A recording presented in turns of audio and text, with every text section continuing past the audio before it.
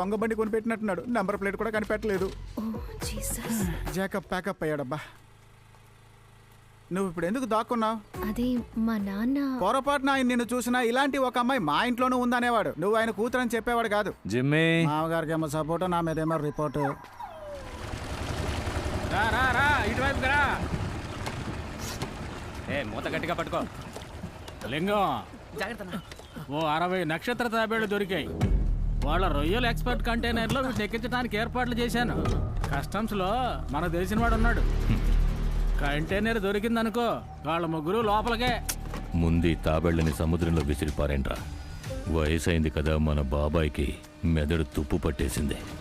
ఒరే కర్ణ, వాళ్ల తలలు తెగలేదని కంటి మీద కునుకురేక కుమిరిపోతున్నాను. నువ్వేంట్రా అంటే తాబేడుతో తమాషా చూపిస్తున్నావా? పోరా. అన్నా, ధనబలము మనోబలము స్ట్రాంగ్గా ఉండడం వల్లే వాళ్ళ కథ కరెక్ట్గా సాగుతోంది. ముందు కొంపలో ఉన్న నెత్తళ్లను